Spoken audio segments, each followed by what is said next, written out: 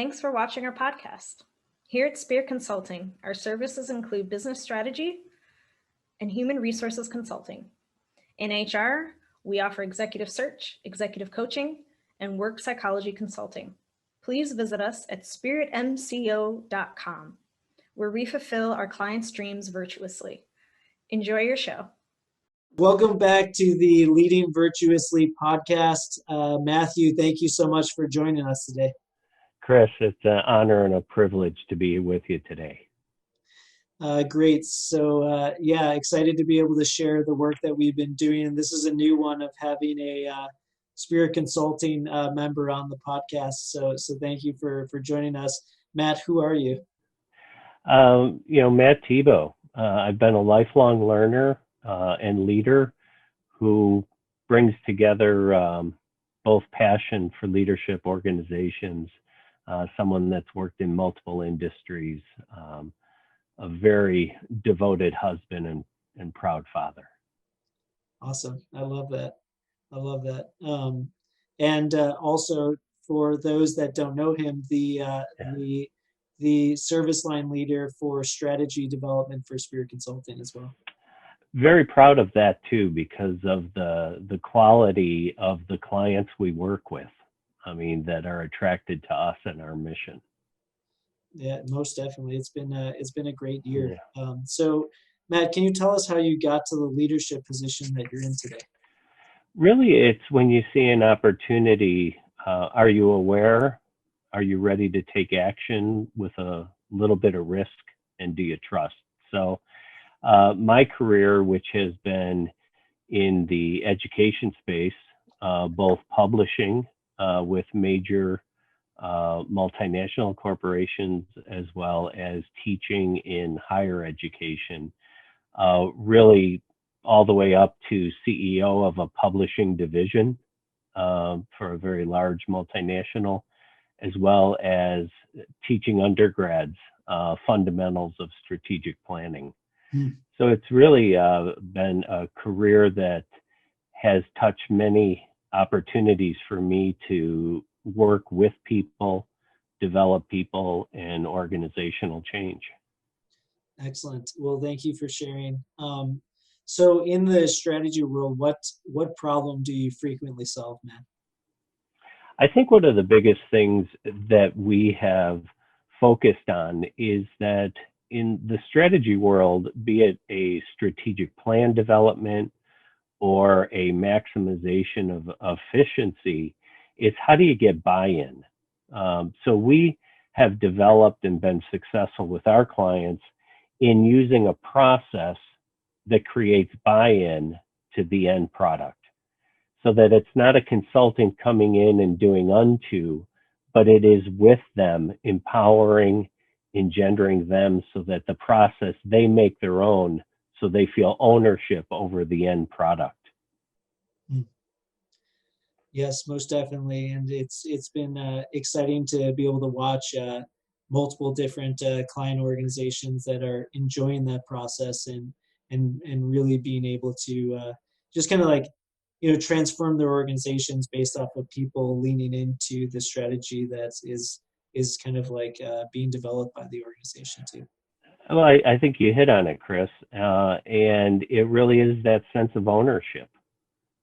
If associates are committed to the mission and they take ownership of the process, then they all celebrate in achieving the goals and objectives.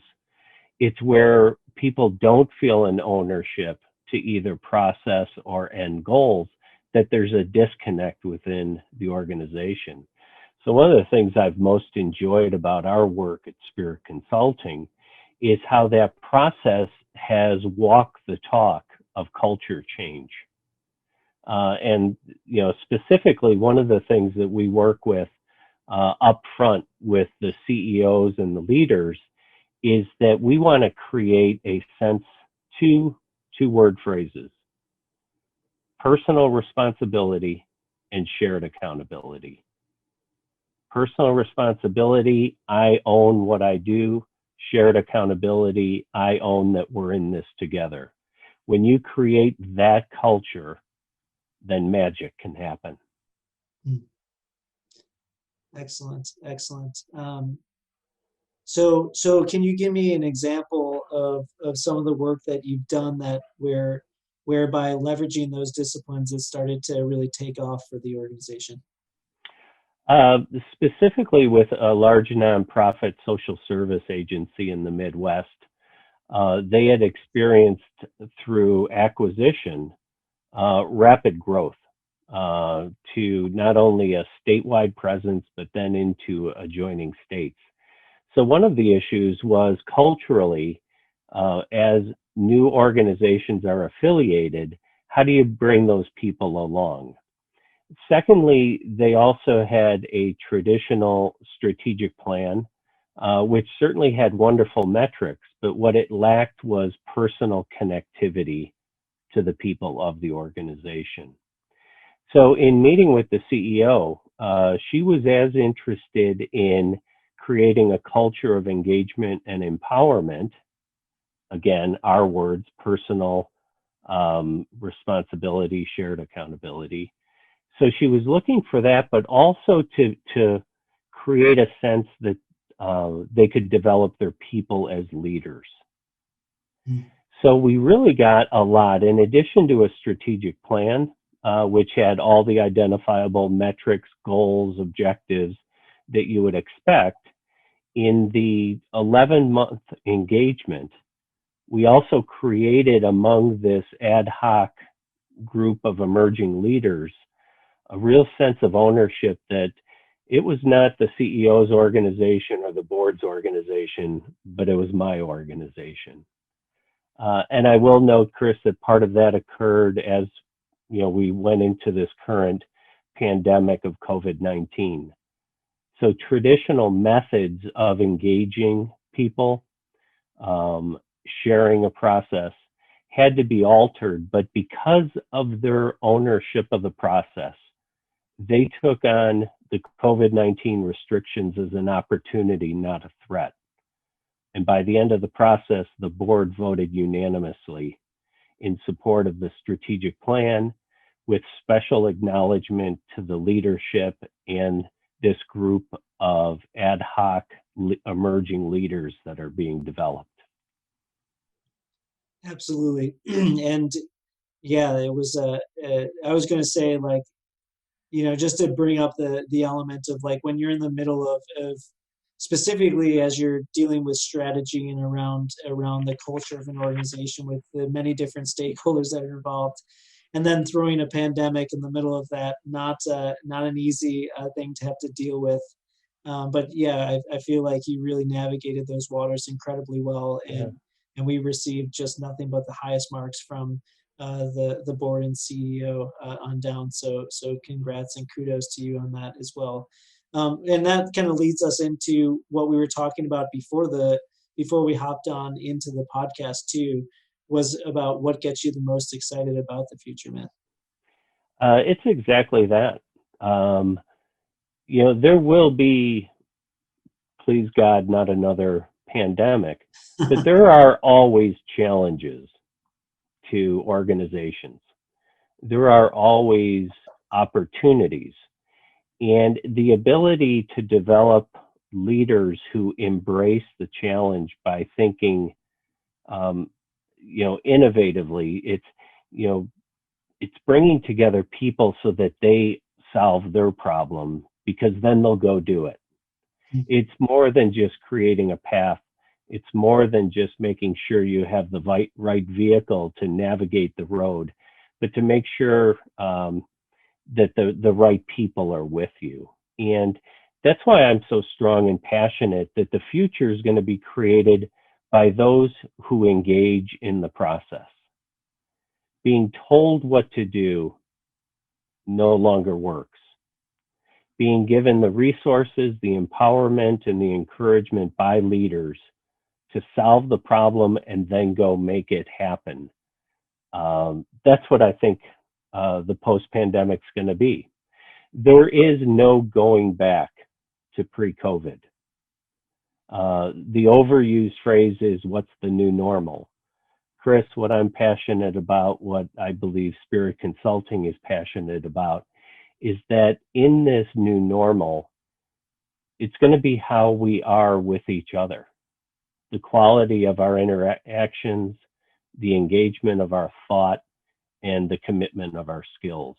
So my passion for the future is that, there is a positive side to this pandemic, especially as it's forced people to work remotely. You need to be more intentional about the process because you're working remotely with a new definition, new paradigms to move forward. So I'm just incredibly passionate about what we can do, especially with leaders that want to look ahead and not those who are just looking to solve yesterday's problems with yesterday's process. It's not easy, it's not clear, and that's where the fun is. So this podcast is all about leading virtuously, and I think you were really hitting the nail on the head about what it's going to look like when in the way that you lead and guide people in this new norm. Um, and so where has, I guess I'm just kind of curious, Matt, just thinking about your own career, where has like virtue in business been highlighted for you?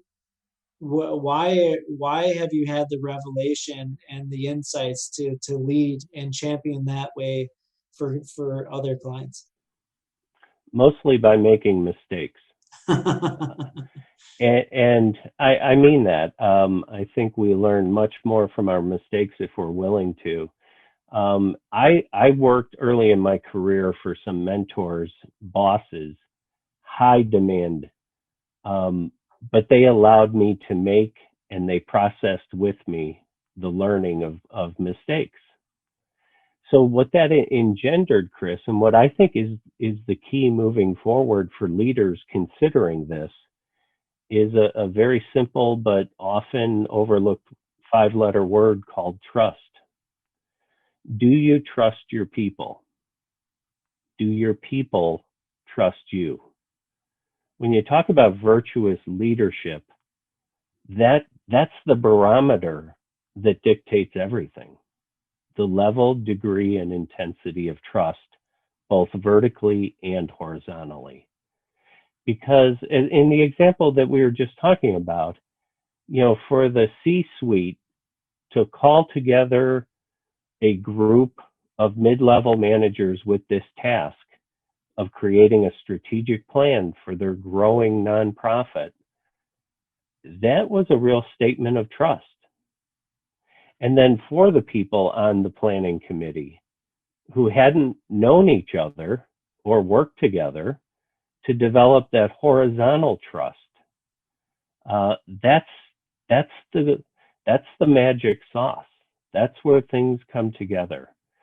So looking forward, and if you think about virtue, what is more fundamental than tell me what the level of trust is, and I'll tell you how virtuous the organization acts. Yeah, no, I love that because at the end of the day, yes, that as we know in operations, you can only go as far as is the level of relationships and the trust that you build within the organization. And yeah, I would agree that it's a good synonym for virtue, being trust. That's it's if you really are committed to loving people and doing always choosing the strategy that's a win-win for people, and not choosing money over relationships, then that requires you to be able to build trust within those relationships as well. So I think that definitely holds true for sure. And the wonderful opportunity, real quickly, is to be creative about building trust when you're working remotely. It's just a fascinating thing that we're going to come out to, that those leaders can work with us to develop strategies so that horizontal and vertical trust can be celebrated and empowering in a remote environment. Yeah, because I think like now is the time. It's the time has gone where, being able to do your lunches and your pizza parties, etc., to be able to celebrate the small things of like birthdays and stuff like that, that's Hmm. out the window. So Right. it's how do you, in this new environment, how do you be able to have those non-work functions that are geared towards the relationship, that were easy for us to be able to do in the past, to operationalize and to just automate Hmm. by, having those reminders to do birthday parties and entry and exits celebrations, etc., that are team building kind of things that you can't do in this remote environment too. And again, back to the example that we're citing, where we had to move to, you know, committee meetings that were 12 boxes on a screen, as opposed to being in a room where you had coffee, you had refreshments. So it's a whole different environment. And what I'm passionate about, it's just a wonderful opportunity. So excellent. So the I got two more questions for you, Matt. So the second to last is, like, we talk about building trust and virtue in business, but and as you mentioned that, like, really for you it was a matter of failing to be able to get there. Are there some of those, is there a specific example that comes to mind of where you've had that failure in your career that was kind of an aha moment of like, okay, I really need to, and as you started to process with your mentor, like, okay, I probably need to be doing things differently Um, moving forward. Early on in my career, I was involved in mergers and acquisitions in the publishing world, specifically the education submarket. And I remember flying out to a acquisition and the CFO saying, "What do you think we're doing?" And I said, "Well, we're going to do due diligence. We're going to understand. We're going to talk with people." He said, "No, it's done diligence."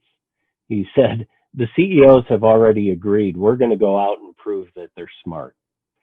So what that did, Chris, it opened up for me a relationship, because I became president of that new division, was that with my boss, I could say, when we conducted our due diligence, we saw these things, and this is the headwind.